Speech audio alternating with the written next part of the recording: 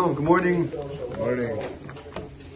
Question came up recently. There was a man at home, a husband at home. His wife was not able to be there at the time of candle lighting, and the question is, he of course lit instead of her, but he totally had not prayed mincha yet, and he wanted to know if he allowed to pray mincha after he lights candles. And what's the issue? We have in Reish Samach Gimel the Shitat Bahag. The Bahag holds that when a person lights candles, that constitutes the Kabbalat Shabbat for that person. Now, we've already discussed in the past, Sfaradim, based on many Rishonim, argue with that. We hold that the Kabbalat Shabbat does not necessarily at all begin with Hadlakat Nerot, rather, in the times of Maran, with Baruch Hu, when we say Baruch Hu in the synagogue, when we have Mizmor Shinim HaShabbat, or maybe when we see Boi Kala in the Chadodim.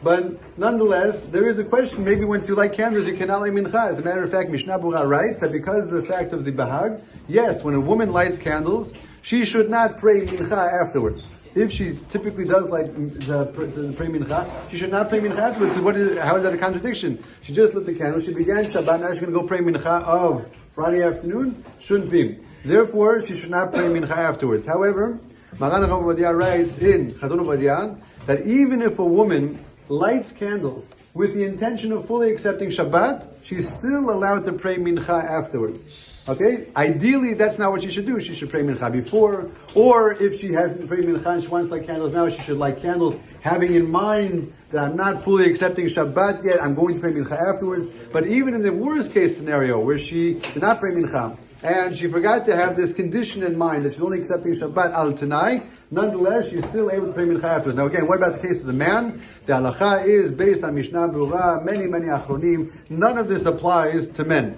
That means that when a man lights the candles, even if he's doing so with the bracha, let's say in the case of lighting for his wife or for himself at home, he's lighting with the bracha.